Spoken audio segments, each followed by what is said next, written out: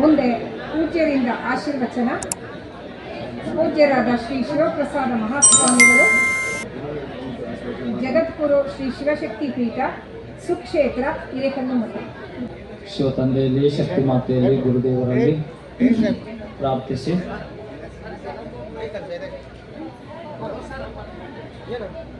ಶ್ರೀ ಧನ್ವಂತರಿ ದೇವರಿಗೆ ವಂದಿಸಿ, ಧನ್ವಂತರಿ ಸ್ವರೂಪದ ಸಮಸ್ತ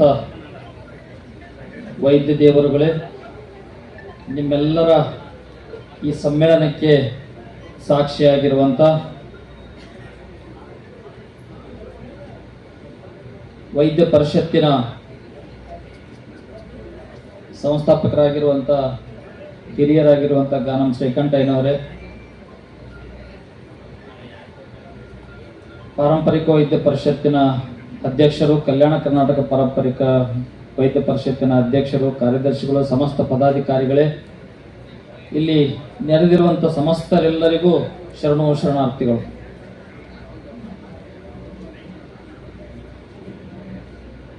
ಯಾಕೋ ಸ್ವಲ್ಪ ಸಪ್ಪೆ ಅನಿಸ್ತಾ ಇದೆ ನನಗೆ. ಸಮಯ ಆಗೈತಿ, ಊಟ ಮಾಡಿ ಬಂದೀವಿ ಸ್ವಲ್ಪ.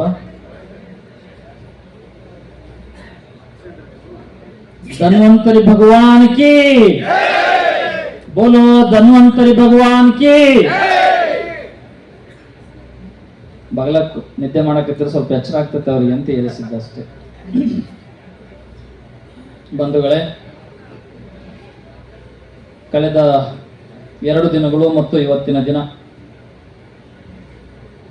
ನಮ್ಮ ವೈದ್ಯ ಕುಲಕ್ಕೆ, ವೈದ್ಯ ಸಂಕುಲಕ್ಕೆ ಇದು ಹಬ್ಬ, 3 ದಿನಗಳ ಹಬ್ಬ.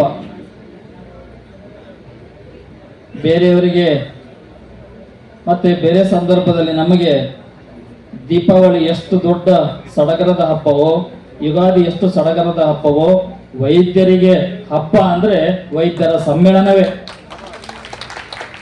ಇಂಥ 3 ದಿನದ ಹಬ್ಬಕ್ಕೆ ನಾವೆಲ್ಲರೂ ಕೂಡ ಭಾಗವಹಿಸಿದ್ದೇವೆ. ಈ ಸಂದರ್ಭದಲ್ಲಿ ನಾನು ನೋಡ್ತಾ ಇದ್ದೆ ಪತ್ರಿಕೆಯನ್ನ, ಒಂದಲ್ಲ ಎರಡಲ್ಲ, ಬರೋಬ್ಬರಿ 11 ಗೋಷ್ಠಿಗಳನ್ನ ಈ ವೇದಿಕೆ ಪ್ರಸ್ತುತಪಡಿಸಿದೆ. ನಿರಂತರವಾಗಿ ಮೊದಲನೇ ದಿನದಿಂದ ಇಲ್ಲಿವರೆಗೂ 11 ಗೋಷ್ಠಿಗಳು ಈ ವೇದಿಕೆ ಮೇಲೆ ನಡೆದಿದ್ದಾವೆ ವಿಶೇಷವಾಗಿ. ಮತ್ತೆ ದೊಡ್ಡ ದೊಡ್ಡ ಸಾಧಕರು ಅವುಗಳನ್ನ ಪ್ರಸ್ತುತಪಡಿಸಿದ್ದಾರೆ. ನಾನು ಇಲ್ಲಿ ನೋಡ್ತಾ ಇದ್ದೆ, ಈಗಾಗಲೇ ನಾನು ಕಳೆದ 1-1.5 ತಾಸಿನಿಂದ ಈ ವೇದಿಕೆಯ ಒಳಗಿದ್ದೀನಿ. ಬಂದಂಥವರು ಪ್ರತಿಯೊಬ್ಬರು ಕೂಡ ತಮ್ಮದೇ ಆಗಿರುವಂಥ ವಿಶೇಷವಾಗಿರುವಂಥ ವಿಷಯವನ್ನ ಇಲ್ಲಿ ಪ್ರಸ್ತುತಪಡಿಸ್ತಾ ಇದ್ರು. ನಮ್ಮ ಹಿರಿಯರಾಗಿರುವಂಥ ಶ್ರೀಕಂಠಯ್ಯನವರು ಹೇಳ್ತಾ ಇದ್ರು, ಗುರುಗಳೇ, ಪ್ರತಿಯೊಬ್ಬರು ಕೂಡ ನಮ್ಮಲ್ಲಿ ಸ್ಪೆಷಲಿಸ್ಟ್ ಅಂತ ಹುಡ್ಕೊಂಡು ಹೋಗೋಕ್ಕೆ ಬೇಕಾಗಿಲ್ಲ ಹೊರಗಡೆ. ಪ್ರತಿಯೊಬ್ಬರು ಸ್ಪೆಷಲಿಸ್ಟ್. ಒಂದೊಂದು ಕಾಯಿಲೆಗೆ ಅವರೆಲ್ಲ ಎಷ್ಟು ಸಮರ್ಥರು ಅಂತ ಕೇಳಿದ್ರೆ ಆ ಕ್ಷಣದಲ್ಲಿ ಅದನ್ನ ಪವಾಡದ ಸದೃಶ್ಯದಲ್ಲಿ ಅದನ್ನ ಪರಿಹಾರ ಮಾಡುವಷ್ಟು ಸಮರ್ಥರಿದ್ದಾರೆ ಅಂತ ಅವರು ತುಂಬಾ ಅಭಿಮಾನದಿಂದ ಹೇಳ್ತಾ ಇದ್ರು. ಅಷ್ಟರ ಮಟ್ಟಿಗಿನ ನಮ್ಮ ಶಕ್ತಿ ನಾವು ಕಂಡುಕೊಂಡಿದ್ದೇವೆ. ಇದ್ರ ಮೇಲೆ ನನ್ನದು 1-2-3 ಮಾತುಗಳು. ನಾನು ಸಮಾರೋಪಕ್ಕೋಸ್ಕರವಾಗಿ ಮಾತನಾಡಬೇಕಾಗಿತ್ತು ಆ ವೇದಿಕೆಯಲ್ಲಿ. ನಮ್ಮ ಶ್ರೀಮಠದ ಜಾತ್ರೆ 26ರಿಂದನೇ ಪ್ರಾರಂಭ ಆಗಿದೆ. 7 ಮತ್ತು 8ನೇ ತಾರೀಕಿಗೆ ತುಂಬಾ ವಿಶೇಷವಾಗಿ ನಡೀಲಿಕ್ಕಿದೆ. 3 ದಿನಗಳಿಂದ ನಾನು ಈ ಕಾರ್ಯಕ್ರಮದಲ್ಲಿ ಭಾಗವಹಿಸಬೇಕಾದ ಸಂದರ್ಭ ಇದ್ದಾಗಲೂ ಮಠದ ಜಾತ್ರಾ ಕಾರಣವಾಗಿ ನಾನು ಕೊನೆ ದಿನ ಇವತ್ತು ಬರ್ತೀನಿ ಅಂತ ಹೇಳಿ ಅಲ್ಲಿ ಕಾರ್ಯಕ್ರಮವನ್ನ ಬೇರೆಯವ್ರಿಗೆ ಒಪ್ಪಿಸಿ ನಾನು ಈ ಕಾರ್ಯಕ್ರಮಕ್ಕೆ ಭಾಗವಹಿಸಿದ್ದೇನೆ. ಹೀಗಾಗಿ ಸಂಜೆವರೆಗೆ ಇರ್ಲಿಕ್ಕೆ ಆಗಂಗಿಲ್ಲ ಅನ್ನೋ ಕಾರಣಕ್ಕೋಸ್ಕರ ಈ ವೇದಿಕೆಯಲ್ಲಿ 1-2 ಮಾತು ಮಾತಾಡುತ್ತೇನೆ. ನಿರೂಪಕರು, ವ್ಯವಸ್ಥಾಪಕರು ಸ್ವಲ್ಪ ನನಗೆ ಅವಕಾಶವನ್ನು ಮಾಡಿಕೊಡ್ಬೇಕು. ನಿಜಕ್ಕೂ ನಾನು ಈ ಸಂದರ್ಭಕ್ಕೆ ಒಂದು ದೊಡ್ಡ ಧನ್ಯವಾದವನ್ನು ಅರ್ಪಿಸಬೇಕು. ಅದು ವಿಶೇಷವಾಗಿ ಈಶ್ವರ ಖಂಡ್ರೆ ಸಾಹೇಬರಿಗೆ. ತಾವೆಲ್ಲರೂ ಒಂದ್ಸರಿ ಎದ್ದು ನಿಂತ್ಕೊಂಡು ಜೋರಾಗಿ ಚಪ್ಪಾಳೆ ಹೊಡೆದ್ರೆ ನಿಜಕ್ಕೂ ವೇದಿಕೆಗೆ ಶೋಭೆ ಬರುತ್ತೆ ಅಂತ ಅನ್ಕೊಳ್ತೇನೆ ನಾನು. ಇನ್ನೊಂದಿಷ್ಟು ಜೋರಾಗಿ ಚಪ್ಪಾಳೆಯನ್ನು ತಪ್ಪಬಹುದು ನಾವು. ಧನ್ಯವಾದಗಳು ತಮಗೆಲ್ಲ. ಕೂತ್ಕೊಳ್ಳಿ. ಯಾಕೆ ಅಂತ ಕೇಳಿದ್ರೆ, ಕಳೆದ 14 ಸಮ್ಮೇಳನಗಳು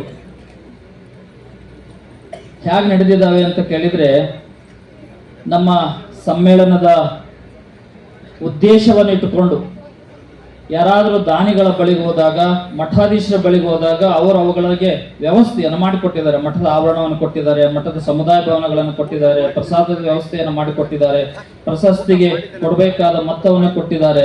ಅದಲ್ಲದೆ ಈ ಫಲಕಗಳನ್ನು ಮಾಡಿಸಿಕೊಟ್ಟಿದ್ದಾರೆ, ಪತ್ರಿಕೆ ಮಾಡಿಸಿಕೊಟ್ಟಿದ್ದಾರೆ. ಇಂತೆಲ್ಲ ಸಹಕಾರವನ್ನ ಬೇರೆಯವರ ಕಡೆಯಿಂದ ತಗೊಂಡು ನಾವು 14 ಸಮ್ಮೇಳನಗಳನ್ನ ಮಾಡಿರುವಂತ ಉದಾಹರಣೆಗಳಿದಾವೆ. ನಿಮಗೆಲ್ಲ ತಿಳಿದದ.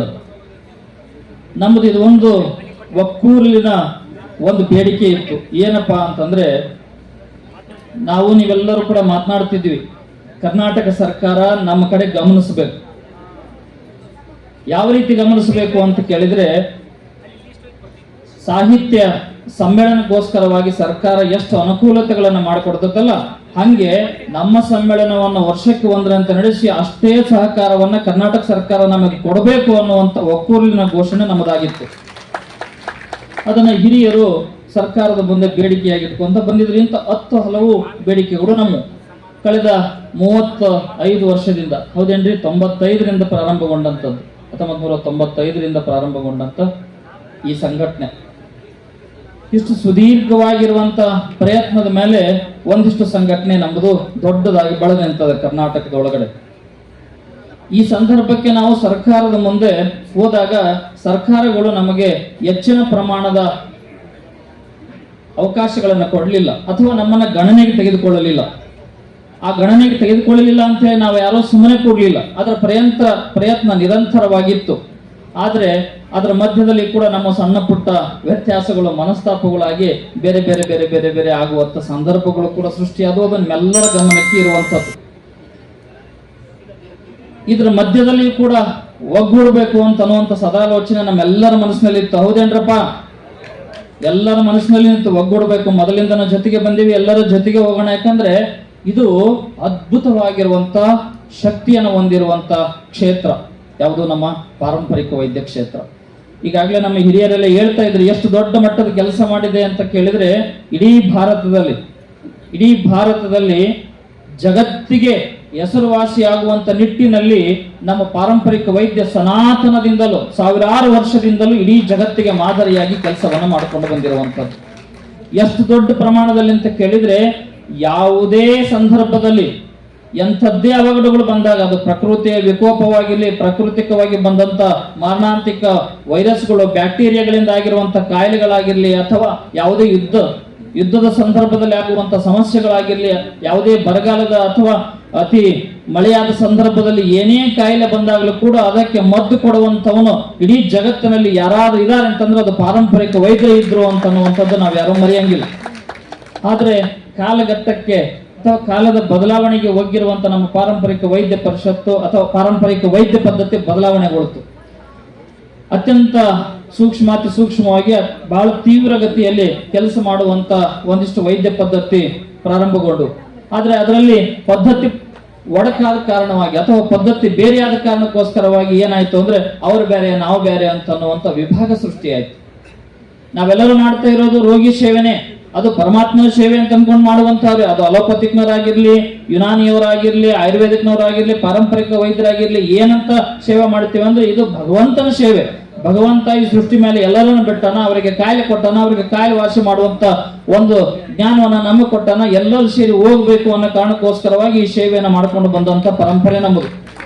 ಆದ್ರೆ ವ್ಯತ್ಯಾಸಗಳು ಉಂಟಾಗಿ ಅವರು ಬೇರೆ ನಾವು ಬೇರೆ ಅಂತ ಬಂದು ಕೆಲವರು ಹೆಚ್ಚಿನ ಪ್ರಚುರತೆಯನ್ನು ಪಡ್ಕೊಂಡ್ರು, ನಾವು ಅಲ್ಲೇ ಉಳ್ಕೊಂಡ್ವಿ. ಅರ್ಥಾತ್ ನಮ್ಮ ಸಹೋದರರಾಗಿರುವಂತಹ ಅಲೋಪತಿಕ್ನವರು ಇವತ್ತು ದೇಶವ್ಯಾಪಿಯಾಗಿ ಅವರು ಹೆಚ್ಚಿನ ಪ್ರಚಾರವನ್ನು ಪಡ್ಕೊಂಡ್ರು. ಆದ್ರೆ ನಮ್ಮ ಪಾರಂಪರಿಕ ಮೂಲವಾಗಿರುವಂತ ವೈದ್ಯ ಪದ್ಧತಿ ಸ್ವಲ್ಪ ಹಿಂದೆ ಸರಿಲಿಕ್ಕೆ ಹಲವಾರು ಕಾರಣಗಳು ಬಂದವು. ಅದಕ್ಕೆ ನಾವೊಂದಿಷ್ಟು ಬದ್ಧತೆಯನ್ನು ತೋರಿಸ್ಬೇಕಾಗಿತ್ತೇನೋ, ಹೌದಲ್ರಿ? ನಮ್ಮ ಹಿರಿಯರು, ನಮ್ಮ ಪೂರ್ವಿಕರು ಇದ್ರ ಮೇಲೆ ಒಂದಿಷ್ಟು ಬದ್ಧತೆಯನ್ನು ತೋರಿಸ್ಬೇಕಾಗಿತ್ತೇನೋ, ಅದು ಆಗ್ಲಿಲ್ಲ ಅಂತ ಅನ್ನೋ ಕಾರಣಕ್ಕೋಸ್ಕರವಾಗಿ ಸ್ವಲ್ಪ ನಮ್ಮ ಮೇಲೆ ಕರಿ ಛಾಯೆ ಮೂಡಿತು ಅಂತ ಅನ್ಕೊಳ್ತೀನಿ ನಾವು. ಹಿರಿಯರು ಏನ್ ಮಾಡ್ಬೋದಾಗಿತ್ತು ಅಂತಂದ್ರೆ, ಇಲ್ಲ ಇದು ನಶಿಸಿ ಹೋಗಬಾರದು ಅಂತಂದ್ರೆ ಇದನ್ನ ಒಂದಿಷ್ಟು ಪ್ರಶಿಷ್ಯ ಪ್ರವರ್ಗದಲ್ಲಿ ಇದನ್ನ ಹಂಚಬೇಕು, ಅವರಿಗೆ ಉತ್ತಮವಾಗಿರುವಂತ ಶಾಸ್ತ್ರೋಕ್ತವಾಗಿರುವಂತ ಜ್ಞಾನವನ್ನು ಕೊಡಬೇಕು. ನಾನು ತಿಳಿದಂತ ಜ್ಞಾನವನ್ನ ನಮ್ಮ ಕಿರಿಯರಿಗೆ ಬಿಟ್ಟು ಹೋಗಬೇಕು ಮತ್ತು ಅವರಿಗೆ ಅದನ್ನ ಬೆಳೆಸುವಂತ ರೀತಿಯಲ್ಲಿ ಇದಕ್ಕೆ ನಾವು ಏನಾದ್ರೂ ಕೊಡಬೇಕು ಅಂತ ನಮ್ಮ ಹಿರಿಯರ ಆಲೋಚನೆ ಮಾಡ್ಕೊಂಡು ಬಂದಿದ್ರೆ ನಮ್ಮ ಪ್ರಮಾಣ ದೊಡ್ಡದಾಗಿರ್ತಿತ್ತು, ಇನ್ನೊಂದಿಷ್ಟು ಶಾಸ್ತ್ರೋಕ್ತವಾಗಿ ನಾವು ಅದನ್ನ ಹಿಡಿದಿಟ್ಕೊಳ್ತಿದ್ವೇನೋ. ಆದ್ರೆ ಅಲ್ಲಿ ಒಂದು ಮೌಢ್ಯ ಬಂತು. ಏನು ಅಂದ್ರೆ ಪಾರಂಪರಿಕ ವೈದ್ಯ ಮಾಡೋರು ರೊಕ್ಕಕ್ಕೆ ಆಶೆ ಮಾಡಬಾರದು, ಇದನ್ನು ಉಚಿತವಾಗಿನೇ ಮಾಡಬೇಕು ಅನ್ನುವಂತ ಆಲೋಚನೆ ನಮ್ಮ ಹಿರಿಯರು ನಮ್ಮ ಮೇಲೆ ಬಿಟ್ಟಿರೋದ್ರಿಂದ ಏನಾಯ್ತು, ಅದನ್ನ ಫ್ರೀ ತಗೊಂಡ್ ಮಾಡೋದು ಏನಾಯ್ತಪ್ಪ, ಈ ದಿನಕ್ಕೆ ಸಾವಿರಾರು ಜನ ಬರ್ತಾರೆ, 100 ಜನ ಬರ್ತಾರ, ಬರೀ ಉಚಿತವಾಗಿ ಕೊಟ್ಕೋದ್ ಕೊಟ್ಟು ನಾನು ಬದುಕೋದು ಯಾವಾಗ, ನನ್ನ ಹೊಲ ಮನೆ ಕೆಲಸ ನಾನು ಬದುಕು ಮಾಡ್ಕೊಳ್ಳೋದು ಯಾವಾಗ ಅಂತ ಹೇಳಿ ನಮ್ಮ ಅದನ್ನ ತಿಳ್ಕೊಂಡಂತ ಪಾರಂಪರಿಕ ವೈದ್ಯ ಪದ್ಧತಿಯ ಪೀಳಿಗೆಯವರು ಅದನ್ನ ಕಡೆಗಣಿಸ್ಕೊಳ್ತಾ ಬಂದ್ರು. ಮತ್ತೆ ವೈದ್ಯರು ಸಿಗ್ಲಿಲ್ಲ ಅಂದ್ರೆ ರೋಗಕ್ಕೆ ಯಾರಾದ್ರೂ ಮದ್ದು ಕೊಡೋರು ಬೇಕಲ್ಲ, ಅವಾಗ ಅವ್ರು ನಮ್ಮನ್ನು ಬಿಟ್ಟರು ಪಟ್ಟಣಕ್ಕೆ ಹೋದ್ರು, ಎಲ್ಲ ಆಸ್ಪತ್ರೆಗಳು ಅದಾವ ಅಲ್ಲಿಗೆ ಹೋದ್ರು. ಈಗ ನಾವು ಅವರನ್ನ ದೂಷಣೆ ಮಾಡ್ತಿದ್ದೀವಿ, ನೀವು ಹಂಗೆ ಮಾಡ್ತಿದ್ದೀರಿ, ನೀವು ಹಿಂಗೆ ಮಾಡ್ತಿದ್ದೀರಿ ಅಂತ. ಇಂಥ ಪದ್ಧತಿಯನ್ನ ನಾವು ಒಂದಿಷ್ಟು ಮರ್ತೀವಿ. ಆ ಕಾರಣಕ್ಕೋಸ್ಕರವಾಗಿ ನಮಗೆ ಸಂಕಷ್ಟಗಳು ಎದುರಾದವು. ಆದ್ರೆ ಇವತ್ತು ನಾವು ಎಚ್ಚೆತ್ತುಕೊಳ್ಬೇಕಾಗ್ಯದ. ಹೆಂಗೆ ಎಚ್ಚೆತ್ತುಕೊಳ್ಬೇಕಾಗ್ಯದ ಅಂತ ಕೇಳಿದ್ರೆ, ನಿಮಗೆ ಸತ್ಯ ಹೇಳ್ತೀನಿ, ಮತ್ತೆ ನಮ್ಮ ಜನರಿಗೆ ತೊಂದರೆ ಆಗ್ತಾ ಇದೆ. ಎಷ್ಟು ತೊಂದರೆ ಆಗ್ತಾ ಇದೆ ಅಂತ ಕೇಳಿದ್ರೆ, ಕೇವಲ 5-10 ರೂಪಾಯಿಗೆ ಒಂದು ಮೂಲಿಕೆ ಮೂಲಕವಾಗಿ ಕಡಿಮೆ ಆಗಬಹುದಾದಂತ ರೋಗಕ್ಕೆ 16,000 ರೂಪಾಯಿಯಷ್ಟು ಕೊಟ್ಟು ಅದನ್ನ ಖರ್ಚು ಮಾಡಿ ಮತ್ತೊಂದಿಷ್ಟು ಕಾಯಿಲೆಯನ್ನು ಹೆಚ್ಚು ಮಾಡಿಕೊಳ್ಳುವಂತ ಸಂದರ್ಭ ಸಾಮಾನ್ಯ ಜನರಿಗೆ ಬಂದಿದೆ. ಅದಕ್ಕೆ ವೈದ್ಯ ದೇವರುಗಳು ಅಂತ ಅನ್ಸ್ಕೊಳ್ಳುವಂತ ನಾವು ನೀವುಗಳು ಏನು ಮಾಡ್ಬೇಕು ಅಂದ್ರೆ ಈಗ ಎಚ್ಚೆತ್ಕೊಳ್ಬೇಕು. ನಮ್ಮ ಕೆಲಸ ಈಗ ಶುರುವಾಗ್ಯದ, ಮರ್ತು ಹೋಗಿರುವಂತದ್ದು ಮತ್ತೆ ನಾವು ಪ್ರಾರಂಭ ಮಾಡ್ಬೇಕು. ಹೆಂಗ್ ಪ್ರಾರಂಭ ಮಾಡ್ಬೇಕು ಅಂತ ಕೇಳಿದ್ರೆ, ಅತ್ಯಂತ ಪ್ರಾಮಾಣಿಕವಾಗಿ, ಭಾವಶುದ್ಧವಾಗಿ, ಸತ್ಯತೆಯೊಂದಿಗೆ ನಾವು ಬದ್ಧರಾಗಿದ್ದುಕೊಂಡು, ನಾವು ಪರಿಶುದ್ಧರಾಗಿದ್ದುಕೊಂಡು ಇರುವ ಕಾಯಿಲೆಗೆ ಅತ್ಯಂತ ಪರಿಣಾಮಕಾರಿಯಾಗುವಂತ ಗಿಡಮೂಲಿಕೆಗಳನ್ನು ನಾವು ಅವನ್ನ ಕಾಯ್ದಿಟ್ಟುಕೊಂಡು ಆ ರೋಗಕ್ಕೆ ಗುಣಪಡಿಸುವಂತ ಪ್ರಯತ್ನ ಮಾಡಿದ್ದೇ ಆಗಿದ್ದಲ್ಲಿ ನಿಜಕ್ಕೂ ನಾನು ನಿಮಗೆ ಹೇಳ್ತೇನೆ, ಇದನ್ನ ದಾಟಿ ಹೋಗೋದ್ರಲ್ಲಿ ಬಹಳ ಸಮಯ ಬೇಕಿಲ್ಲ. ಈ ವಿಷಮ ಪರಿಸ್ಥಿತಿಯನ್ನು ದಾಟಿ ಹೋಗೋದಕ್ಕೆ ಬಹಳ ಸಮಯ ಬೇಕಾಗಿಲ್ಲ. ನಾವು ಬದ್ಧತೆಗೆ ಒಳಪಡಬೇಕಾಗ್ಯದ ಅಷ್ಟೇ. ಆ ಕಾರಣಕ್ಕೋಸ್ಕರವಾಗಿ ನಾನು ನಿಮಗೆ ಕರೆ ಕೊಡ್ತೀನಿ. ಏನಪ್ಪಾ ಅಂತ ಕೇಳಿದ್ರೆ, ದಯಮಾಡಿ ನಾವು ಒಪ್ಪಿಕೊಂಡಂತ ಈ ಒಂದು ಕಾಯಕವನ್ನ ಅಥವಾ ಈ ಒಂದು ವೃತ್ತಿಯನ್ನ ಅಥವಾ ಈ ಒಂದು ಪದ್ಧತಿಯನ್ನ ಉಳಿಸಿ ಬೆಳೆಸುವ ನಿಟ್ಟಿನಲ್ಲಿ ನಾವು ಸಂಪೂರ್ಣವಾಗಿ ಸಮರ್ಪಿತರಾಗೋಣ. ಏನಂತೀರಿ? ಸಂಪೂರ್ಣವಾಗಿ ಸಮರ್ಪಿತರಾಗೋಣ. ಹೆಂಗ ಸಮರ್ಪಿತರಾಗೋಣ ಅಂತ ಕೇಳಿದ್ರೆ, ಏನ್ ಕಲ್ತೀವಲ್ಲ ಅದನ್ನ ಇನ್ನೊಂದಿಷ್ಟು ಪರಿಣಾಮಕಾರಿಯಾಗಿ ಮಾಡುವಂತ ರೀತಿಯಲ್ಲಿ ಎಚ್ಚೆತ್ಕೊಳ್ಳೋಣ. ಅದನ್ನ ಇನ್ನೊಂದಿಷ್ಟು ಅರ್ಥ ಮಾಡಿಕೊಳ್ಳೋಣ, ಮತ್ತೊಂದಿಷ್ಟು ಸೂಕ್ಷ್ಮತೆಯೊಂದಿಗೆ ನಡ್ಕೊಳ್ಳೋಣ. ಬರುವಂತ ರೋಗಿಗಳಿಗೆ ಚೆನ್ನಾಗಿ ಸ್ಪಂದನೆ ಮಾಡೋಣ, ಅವರಿಗೆ ಒಂದಿಷ್ಟು ಸಮಯ ಕೊಡೋಣ, ಅವರಿಗೆ ಹೆಚ್ಚು ಖರ್ಚು ಮಾಡಲಾರ್ದಂಗೆನೆ ಕಡಿಮೆ ಖರ್ಚಿನಲ್ಲಿ ನಮಗೆ ಎಷ್ಟು ಬೇಕೋ ಅಷ್ಟು, ನಮ್ಮ ಬದುಕಲಿಕ್ಕೆ ಒಬ್ಬ ಮನುಷ್ಯನಿಗೆ ಎಷ್ಟು ಬೇಕೋ ದುರಾಶೆ ಮಾಡಲಾರ್ದಂಗೆನೆ ನಮ್ಮ ಹೊಟ್ಟೆಗೆ ಎಷ್ಟು ಬೇಕೋ ಅಷ್ಟನ್ನು ಕೇಳಿ ಅವ್ರ ಕಡೆಯಿಂದ ಪಡ್ಕೊಂಡು ಹೆಚ್ಚಿನ ದುರಾಶೆ ಮಾಡಲಾರ್ದಂಗೆನೆ ರೋಗವನ್ನು ಗುಣಪಡಿಸಿದ್ದೇ ಆಗಿದ್ರೆ ಅವ್ರು ನಿಮ್ಮನ್ನು ಬಿಟ್ಟು ಹೋಗಕ್ಕೆ ಸಾಧ್ಯನೇ ಇಲ್ಲ. ಇನ್ನು 10 ಜನ ನಿಮ್ಮ ಕಡೆ ಕರ್ಕೊಂಡ್ ಬರ್ತಾರೆ. ಇಂಥ ಸಣ್ಣ ಪುಟ್ಟದಾಗಿರುವಂತ ಬದಲಾವಣೆಗಳನ್ನು ನಮ್ಮ ಬದುಕಿನಲ್ಲಿ ತಂದುಕೊಳ್ಳೋಣ. ನಾವು ಒಂದಿಷ್ಟು ಇದು ನನಗೆ ಬೇಸರದ ಸಂಗತಿನೇ, ನಾನು ಇದನ್ನ ಹೇಳ್ಬಾರ್ದು. ಯಾಕಂದ್ರೆ ನಾವೆಲ್ಲ ದೇವರ ಸ್ವರೂಪದಲ್ಲಿ ಇದ್ದವರು. ನಾವು ತಪ್ಪು ಮಾಡಬಾರ್ದು. ನಾವು ತಪ್ಪು ಮಾಡೋದು ಬೇರೆಯವರಿಗೆ ಕಾಣಿಸ್ತು ಅಂತಂದ್ರೆ ಅವರು ನಮ್ಮ ಮೇಲೆ ಗೌರವವನ್ನು ಇಟ್ಕೊಳ್ಳಕ್ ಸಾಧ್ಯ ಇಲ್ಲ.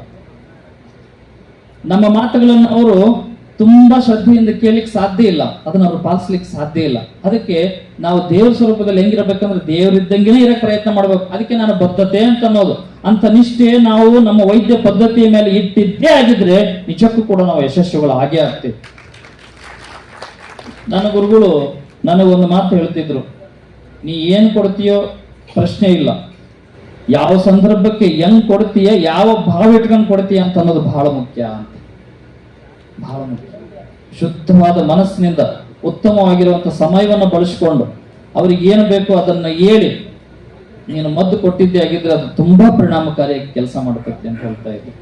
ಹೀಗಾಗಿ ಅದರ ಕಡೆ ಒಂದಿಷ್ಟು ಲಕ್ಷ್ಯ ಕೊಡೋಣ ಅಂತ ಅನ್ನುವಂಥ ಮಾತನ್ನ ಈ ಸಂದರ್ಭಕ್ಕೆ ಮಾತನಾಡ್ತಾ, ಬಂಧುಗಳೇ, ಇಂಥದ್ದೊಂದು ಬದಲಾವಣೆಯೊಂದಿಗೆ ನಾವು ಇವತ್ತು ಬದುಕಬೇಕಾದಂತಹ ಅಥವಾ ಈ ಬದಲಾವಣೆಯನ್ನು ತಂದುಕೊಂಡು ನಾವು ನಡೆಯಬೇಕಾದಂತಹ ಅನಿವಾರ್ಯತೆ ಇವತ್ತಿನ ಸಂದರ್ಭಕ್ಕೆ ಬಂದಿದೆ. ಈ ಕಾರಣವಾಗಿ ನಾನು ಈ ವಿಷಯವನ್ನ ಈ ಸಂದರ್ಭದಲ್ಲಿ ಮಾತನಾಡಲಿಕ್ಕೆ ನಾನು ಇಷ್ಟಪಟ್ಟಿದ್ದೇನೆ. ಇದಾದ ಮೇಲೆ 2 ಮಾತು ಏನಪ್ಪಾ ಅಂತ ಕೇಳಿದ್ರೆ, ಇಲ್ಲ ಬೇಗ ಮುಗಿಸ್ಬಿಡ್ತೇನೆ.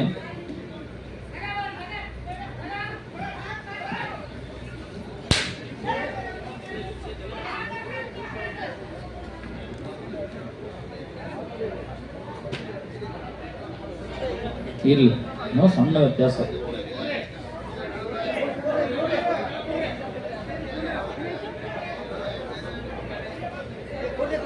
ಧನ್ವಂತರಿ ಭಗವಾನ್ ಕಿ, ಬೋಲೋ ಧನ್ವಂತರಿ ಭಗವಾನ್ ಕಿ. ಇದ್ರ ಮೇಲೆ ನಾನು ಎರಡು ಮಾತು ಏನಪ್ಪಾ ಅಂತ ಕೇಳಿದ್ರೆ, ಗಾನಂ ಶ್ರೀಕಂಠಯ್ಯನವರು ಹಿರಿಯರ ಗಮನಕ್ಕೆ ತರಲಿಕ್ಕೆ ಇಚ್ಛೆ ಪಡ್ತೇನೆ. ನಾನು 2005ರಿಂದ ಈ ಪರಿಷತ್ತಿನಲ್ಲಿ ಮತ್ತು ಈ ವೈದ್ಯ ಸಮ್ಮೇಳನಗಳಲ್ಲಿ, ವೈದ್ಯ ಕಾರ್ಯಕ್ರಮಗಳಲ್ಲಿ ಭಾಗವಹಿಸ್ತಾ ಬಂದಿದ್ದೇನೆ. ನಿಮ್ಮ ಗಮನಕ್ಕಿದೆ, ಅದು ಸುಮಾರು ಸಮ್ಮೇಳನಗಳಿಗೆ, ಕಾರ್ಯಕ್ರಮಕ್ಕೆ ನಾನು ಬಂದಿದ್ದೇನೆ. ಆ ಸಂದರ್ಭಕ್ಕೆಲ್ಲ ನಾವೆಲ್ಲರೂ ಸೇರಿಕೊಂಡು ಇಡೀ ಕರ್ನಾಟಕದಾದ್ಯಂತ ಸಮ್ಮೇಳನ ಕಾರ್ಯಕ್ರಮಗಳನ್ನ, ಶಿಬಿರಗಳನ್ನ ಮಾಡಿಕೊಂಡು ಎಲ್ಲರೂ ಜೊತೆಗೂಡಿ ಇದ್ವಿ. ನಮಗೆ ಕಲ್ಯಾಣ ಕರ್ನಾಟಕಕ್ಕೆ ಒಂದು ಅವಕಾಶ ಬಂತು. ಹೈದರಾಬಾದ್ ಕರ್ನಾಟಕ ಅನ್ನುವಂಥ ಈ ಒಂದು ಪದನಾಮವನ್ನು ತೆಗೆದು ಕಲ್ಯಾಣ ಕರ್ನಾಟಕ ಅನ್ನುವಂಥ ಪದನಾಮವನ್ನು ಕೊಡಲಿಕ್ಕೆ ಸರ್ಕಾರ ತೀರ್ಮಾನ ಮಾಡಿತು. ಅದಾದ ಮೇಲೆ ವಿಶೇಷವಾದ ಸವಲತ್ತನ್ನು ಕೊಡಲಿಕ್ಕೆ ಒಂದು ಆಕ್ಟ್ ಅನ್ನ ಜಾರಿ ಮಾಡಿ ಸರ್ಕಾರ ನಮಗೆ ಒದಗಿಸಿಕೊಡ್ತು. ನಿಮ್ಗೆಲ್ಲ ಗೊತ್ತದ, ಈ ವಿಶೇಷವಾಗಿರುವಂತಹ ಸೌಲಭ್ಯ ಕರ್ನಾಟಕದಲ್ಲಿ ಕೇವಲ 7 ಜಿಲ್ಲೆಗಳಿಗೆ ಮಾತ್ರ ಇದೆ. ಇದಕ್ಕೆ ಕಲ್ಯಾಣ ಕರ್ನಾಟಕ ಅಂತ ಕರೀತಾರೆ. ಈ ಕಲ್ಯಾಣ ಕರ್ನಾಟಕ ಪ್ರಾಂತ್ಯದಲ್ಲಿ ಇರುವಂತಹ ಪ್ರತಿಯೊಬ್ಬರಿಗೂ ಕೂಡ ಒಂದಲ್ಲ ಒಂದು ರೀತಿಯಲ್ಲಿ ವಿಶೇಷ ಸವಲತ್ತುಗಳು ಅವಕಾಶಗಳು ಸಿಗ್ತವೆ ಅಂತ ಅನ್ನುವಂಥದ್ದು ಯಾವಾಗ ನಾವೆಲ್ಲ ತಿಳ್ಕೊಂಡ ಮೇಲೆ ಮೂಲ ಪಾರಂಪರಿಕ ವೈದ್ಯ ಪರಿಷತ್ತಿನ ಹಿರಿಯರಿಗೆ ಒಂದು ಮನವಿಯನ್ನ ಮಾಡಿದ್ವಿ. ಏನಪ್ಪ ಮನವಿ ಅದು ಅಂತ ಕೇಳಿದ್ರೆ, ನಿಮ್ಮ ಅಡಿಯಲ್ಲಿ ಕಲ್ಯಾಣ ಕರ್ನಾಟಕ ಅನ್ನುವಂಥ ಒಂದು ವೈದ್ಯ ಪರಿಷತ್ತನ್ನ ನಾವು ಮಾಡ್ಕೊಳ್ತೀವಿ, ನಮಗೆ ಅದರ ಅವಕಾಶವನ್ನು ಮಾಡಿಕೊಡ್ರಿ ಅಂತ ಹೇಳಿ ಹಿರಿಯರ ಗಮನಕ್ಕಿಟ್ವಿ. ಆದ್ರೆ ಒಂದು ಸಭೆ ಮಠದಲ್ಲಿ ನಡೆದಾಗ, ಚುಂಚನಗಿರಿ ಮಠದಲ್ಲಿ ನಡೆದಾಗ ಅದು ಸರಿಯಾದ ತೀರ್ಮಾನಗಳು ಆಗಲಿಲ್ಲ ಅನ್ನೋ ಕಾರಣಕ್ಕೋಸ್ಕರವಾಗಿ ಮತ್ತೆ ಯಾಕೆ ಅಂತ ಅನ್ನುವಂಥ ಆಲೋಚನೆ ಬಂತು ಅನ್ನೋ ಕಾರಣಕ್ಕೋಸ್ಕರವಾಗಿ ನಾವು ಕಲ್ಯಾಣ ಕರ್ನಾಟಕ ಪಾರಂಪರಿಕ ವೈದ್ಯರನ್ನ ಮತ್ತೊಂದಿಷ್ಟು ಸಂಘಟನೆ ಮಾಡೋದ್ರ ಮೂಲಕವಾಗಿ ಕಲ್ಯಾಣ ಕರ್ನಾಟಕ ಪಾರಂಪರಿಕ ವೈದ್ಯ ಪರಿಷತ್ ಅಂತ ಮಾಡಿದ್ವಿ. ಇದಕ್ಕೆ ದುರುದ್ದೇಶ ಏನೂ ಇರಲಿಲ್ಲ. ನಾನು ಹಿರಿಯರಾಗಿರುವಂತ ಗಾನಂ ಶ್ರೀಕಂಠಯ್ಯನವರ ಗಮನಕ್ಕೆ ತರೋದೇನಪ್ಪ ಅಂದ್ರೆ, ನಮಗೆ ದುರುದ್ದೇಶ ಇರಲೇ ಇಲ್ಲ. ಏನಿತ್ತು ಅಂದ್ರೆ, ಕಲ್ಯಾಣ ಕರ್ನಾಟಕ ಪ್ರಾಂತ್ಯದ ವೈದ್ಯರಿಗೆ ವಿಶೇಷ ಸೌಲಭ್ಯಗಳು ಸಿಗ್ತವೆ ಅನ್ನೋ ಕಾರಣಕ್ಕೋಸ್ಕರ, ಒಂದೇ ಒಂದು ಕಾರಣಕ್ಕೋಸ್ಕರವಾಗಿ ನಾವು ಆ ಆಲೋಚನೆಯನ್ನ ಮಾಡಿದ್ವಿ ಅಂತ ಅನ್ನೋದು ನಮ್ಮೆಲ್ಲರ ಗಮನಕ್ಕೆ ಇರಬೇಕು. ಆಮೇಲೆ ಅದ್ರ ಕೆಲವು ಅನುಕೂಲತೆಗಳು, ಸೌಲಭ್ಯಗಳನ್ನು ಕೂಡ ನಾವೀಗ ಅಲ್ಲಲ್ಲಿ ನೀವು ಗಮನಿಸುವಾಗಿ ಪಡ್ಕೊಳ್ತಿದ್ವಿ. ಬೇರೆ ಬೇರೆ ಸಭೆ ಸಮಾರಂಭಗಳಲ್ಲಿ, ಸರ್ಕಾರದ ಕೆಲವು ಯೋಜನೆಗಳಲ್ಲಿ ನಮ್ಮನ್ನು ಕರೀತಿದ್ದಾರೆ, ಬಳಸ್ಕೊಳ್ತಿದ್ದಾರೆ. ಆ ನಿಟ್ಟಿನಲ್ಲಿ ನಮ್ಮ ಕಲ್ಯಾಣ ಕರ್ನಾಟಕ ಪಾರಂಪರಿಕ ವೈದ್ಯ ಪರಿಷತ್ತು ಒಂದಿಷ್ಟು ಜನ ವೈದ್ಯರಿಗೆ ಆಶೆಯನ್ನು ಮೂಡಿಸುವಂತ ಕೆಲಸ, ಆಶೋತ್ತರದ ಕೆಲಸಗಳನ್ನ ಮಾಡ್ಲಿಕ್ಕೆ ಶುರುವಾಯಿತು. ಇಂಥದ್ದೊಂದು ಸಂದರ್ಭ ಸೃಷ್ಟಿಯಾದಾಗ ನಮಗೇನು ಆಲೋಚನೆ ಬಂತು ಅಂದ್ರೆ, ಬೆಳಗಾವಿನಲ್ಲಿ ನಡೆಯುವಂತ 2 ವರ್ಷದ ಹಿಂದಿನ ಅಧಿವೇಶನದಲ್ಲಿ ನಾವೆಲ್ಲರೂ ಸೇರಿಕೊಂಡು ನಮಗೆ ಬೇಕಾದ ಸವಲತ್ತುಗಳನ್ನು ಕೇಳೋಣ ಅಂತ ಅನ್ಕೊಂಡು ನಾವೆಲ್ಲರೂ ಒಂದು ಚಳವಳಿ ರೂಪದಲ್ಲಿ ಹೋದ್ವಿ. ಒಂದು ದಿನದ ಹೋರಾಟವನ್ನು ಮಾಡ್ಲಿಕ್ಕೆ ಹೋದ್ವಿ. ಆ ಸಂದರ್ಭಕ್ಕೆ ಆರೋಗ್ಯ ಸಚಿವರಾಗಿರುವಂತ ದಿನೇಶ್ ಗುಂಡೂರಾವ್ ಅವರು ನಮ್ಮನ್ನು ಕರೆದು ಏನ್ ಹೇಳಿದ್ರು, ಗುರುಗಳೇ ಮತ್ತೆ ಇಲ್ಲಿರುವಂತಹ ಅಧ್ಯಕ್ಷರೇ ಎಲ್ಲರನ್ನ ಸೇರಿಸಿಕೊಂಡು ನನ್ನ ಗಮನಕ್ಕಿದ್ದಾಗೆ 3-4 ನಿಮ್ಮ ಸಂಘಟನೆಗಳಿದಾವೆ ಕರ್ನಾಟಕದಲ್ಲಿ. ನಿನ್ನೆ ಒಬ್ರು ಯಾರೋ ಬಂದಿದ್ರು, ಇವತ್ತು ನೀವು ಬಂದಿದ್ದೀರಿ. ಹಿಂಗೆ 3-4 ಸಂಘಟನೆಯವರು ಸೇರ್ಕೊಂಡು ಬೇರೆ ಬೇರೆ ನೀವು ಬೇಡಿಕೆಗಳನ್ನು ಇಟ್ಟರೆ ಸರ್ಕಾರಕ್ಕೆ ಗೊಂದಲ ಆಗ್ತದೆ. ಯಾವುದನ್ನ ಎಲ್ಲಿ ಯಾವ ರೀತಿಯಾಗಿ ನಿರ್ವಹಣೆ ಮಾಡಬೇಕು ಅಂತ ಗೊತ್ತಾಗಂಗಿಲ್ಲ. ಅದಕ್ಕೆ ನೀವೆಲ್ಲರೂ ಸೇರಿ ಬರೋದಾದ್ರೆ, ಒಗ್ಗೂಡಿ ಬರೋದಾದ್ರೆ, ಇದಕ್ಕೇನಾದ್ರೂ ಒಂದು ದೊಡ್ಡ ಕೆಲಸವನ್ನ ಮಾಡ್ಲಿಕ್ಕೆ ನನ್ನಿಂದ ಸಾಧ್ಯವಾಗಬಹುದು. ಅದನ್ನು ನೀವು ಪ್ರಯತ್ನ ಮಾಡ್ರಿ ಗುರುಗಳೇ, ಮುಂದಿನ ವರ್ಷ ಬರೋದಾದ್ರೆ ಹಂಗೆ ಪ್ರಯತ್ನ ಮಾಡ್ರಿ ಅಂತ ಹೇಳಿ ಅವ್ರು ಹೇಳಿದ್ರು. ಆ ಕಾರಣವಾಗಿ ನಾವೇನು ಆಲೋಚನೆ ಮಾಡಿದ್ವಿ ಅಂತ ಕೇಳಿದ್ರೆ, ಒಂದು ಪತ್ರಿಕಾ ಪ್ರಕಟಣೆಯನ್ನು ಹೊರಡಿಸಿ ಇಡೀ ಕರ್ನಾಟಕದಲ್ಲಿರುವಂತ ಪಾರಂಪರಿಕ ವೈದ್ಯರಿಗೆ ಸಂಬಂಧಪಟ್ಟಂತ ಯಾವುದೇ ಸಂಘ ಸಂಸ್ಥೆಗಳಿದ್ರು, ಪರಿಷತ್ತುಗಳಿದ್ರು, ಒಕ್ಕೂಟದ ಅಡಿಯಲ್ಲಿ ಬಂದು ಕೆಲಸವನ್ನ ಮಾಡೋಣ ಅಂತನ್ನುವಂತ ಒಂದು ಘೋಷಣೆಯನ್ನ ಮಾಡಿದ್ವಿ. ಆ ಸಂದರ್ಭಕ್ಕೆ 4-5 ಸಂಘಟನೆಯವರು ಒಪ್ಪಿಕೊಂಡು ಬಂದ್ರು. ಅದರ ಪರಿಣಾಮವಾಗಿ ಅಖಿಲ ಕರ್ನಾಟಕ ಪಾರಂಪರಿಕ ವೈದ್ಯ ಪರಿಷತ್ತು ಮತ್ತು ಸಂಘಗಳ ಒಕ್ಕೂಟ ಅಂತ ಕಳೆದ ವರ್ಷ ರಿಜಿಸ್ಟರ್ ಆಗಿರೋದು ನಿಮ್ಮ ಗಮನಕ್ಕಿದೆ. ಇಷ್ಟೆಲ್ಲ ಬೆಳವಣಿಗೆಗಳು ನಿಮ್ಮ ಗಮನಕ್ಕಿರ್ಲಿ ಅಂತ ಹೇಳ್ತಾ, ಈಗ ಏನಾಗಬೇಕಾಗಿದೆ, ಈಗ ನಾವು ಬೇರೆ ಬೇರೆಯವರು ಅಲ್ಲಿ ಕರಾವಳಿ ಕರ್ನಾಟಕದವರು ಬೇರೆ ಮಾಡ್ಕೊಂಡ್ರು, ಮಧ್ಯ ಕರ್ನಾಟಕದವರು ಒಬ್ರು ನಮ್ಮ ಗುರುಸಿದ್ಧರಾದ್ರು ಒಂದು ಬೇರೆ ಇದನ್ನ ಮಾಡಿಕೊಂಡ್ರು. ಹೀಗೆ ಸುಮಾರು ಪರಿಷತ್ತುಗಳೆಲ್ಲವೂ ಸೇರ್ಕೊಂಡು ಒಂದು ಕಡೆ ಹೋದ್ರೆ ಸರ್ಕಾರ ನಮಗೆ ಮಾತು ಕೇಳಬಹುದು ಅಥವಾ ನಮ್ಮ ಬೇಡಿಕೆಗಳನ್ನ ಈಡೇರಿಸಬಹುದು ಅನ್ನುವಂಥ ಆಲೋಚನೆ ಇಟ್ಟುಕೊಂಡು ನಾವು ಎಲ್ಲರೂ ಸೇರಿ ಪ್ರಯತ್ನ ಮಾಡ್ತಾ ಇದ್ದೇವೆ. ಆ ಸಂದರ್ಭಕ್ಕೆ ಒದಗಿ ಬಂದಂತ ಒಂದು ಸುವರ್ಣ ಅವಕಾಶ ಅಂತಂದ್ರೆ 15ನೇ ಈ ರಾಜ್ಯ ಮಟ್ಟದ ಸಮ್ಮೇಳನ. ಏನಂತೀರಿ, ಇದು ನನ್ನ ಸುವರ್ಣ ಅವಕಾಶ ಅಂತ ಅಂತೀನಿ.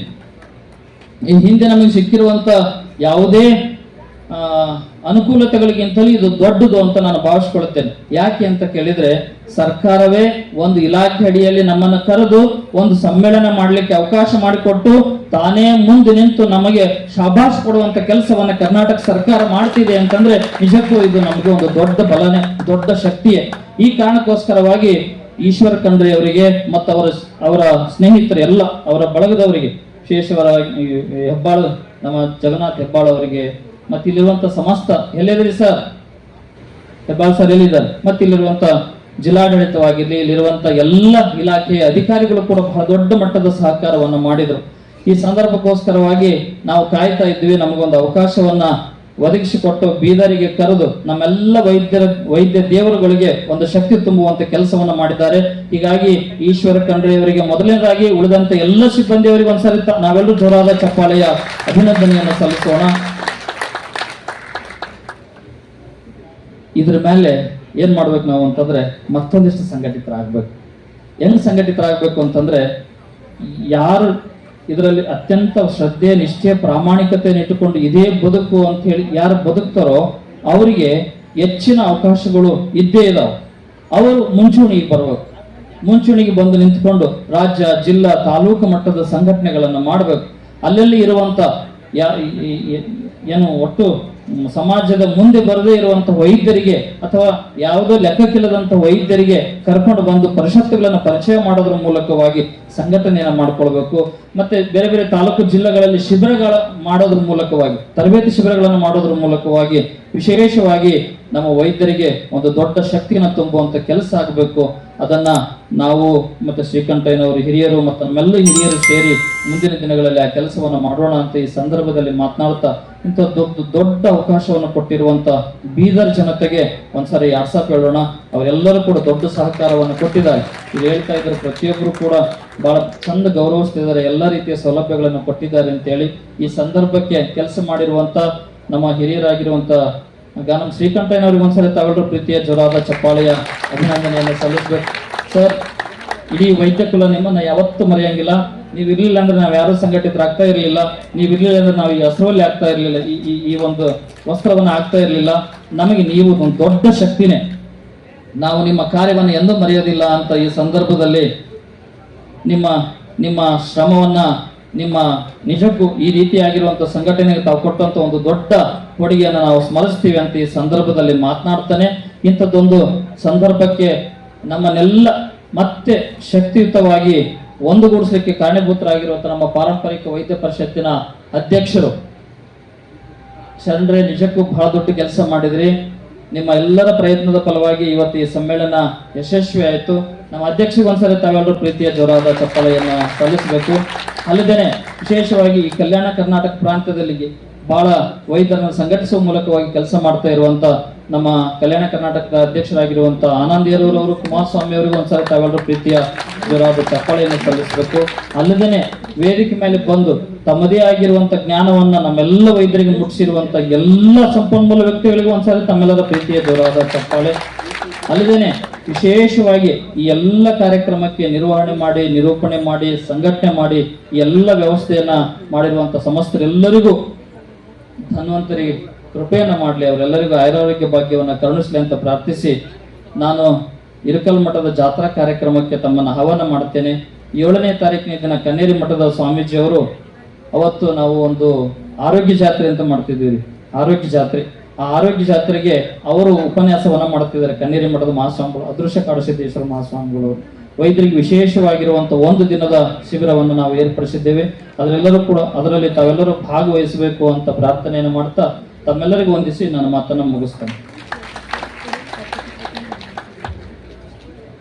ಪೂಜ್ಯರಿಗೆ ಜಿಲ್ಲಾಡಳಿತದ ಪರವಾಗಿ, ನಮ್ಮ ಕರ್ನಾಟಕ ಪಾರಂಪರಿಕ ವೈದ್ಯ ಪರಿಷತ್ ಹಾಗೂ ಕಲ್ಯಾಣ ಕರ್ನಾಟಕ ವೈದ್ಯ ಪರಿಷತ್ ಪರವಾಗಿ, ನಿಮ್ಮೆಲ್ಲ ವೈದ್ಯ ಮಿತ್ರರ ಪರವಾಗಿ ವೈಯಕ್ತಿಕವಾಗಿ ಧನ್ಯವಾದಗಳು.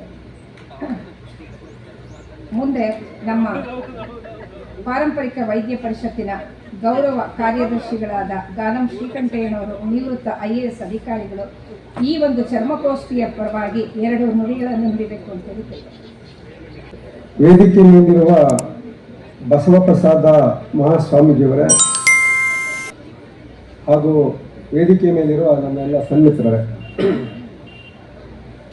ನಾನು ಇದಕ್ಕೂ ಮೊನ್ನೆ ದಿನ ಬರಬೇಕಾಯ್ತೆಲ್ಲ ಬುಕ್ ಮಾಡಿದ್ದೆ, ಬರೋಕ್ಕಾಗಲ್ಲ. ನಾನು ಸ್ವಲ್ಪ ನೆಗಡಿ, ಕೆಮ್ಮು, ಜ್ವರ ಎಲ್ಲ ಇತ್ತು. ಹಾಗಾಗಿ ಇವತ್ತು ಪ್ರಸನ್ನ ಸಮೂಹ ಮಾತ್ರ ಯಾರು ಹೋಗಲೇಬೇಕು ಅನ್ನೋ ದೃಷ್ಟಿಯಿಂದ ತಮ್ಮ ಮುಂದೆ ಬಂದಿದ್ದೀನಿ. ಇವತ್ತು ಬಸವಪ್ರಸಾದ ಸ್ವಾಮೀಜಿಗಳ ಮಾತನ್ನು ಕೇಳಾದ್ಮೇಲೆ ಬಂದಿದ್ದು ಸಾರ್ಥಕ ಅನ್ನಿಸ್ತು.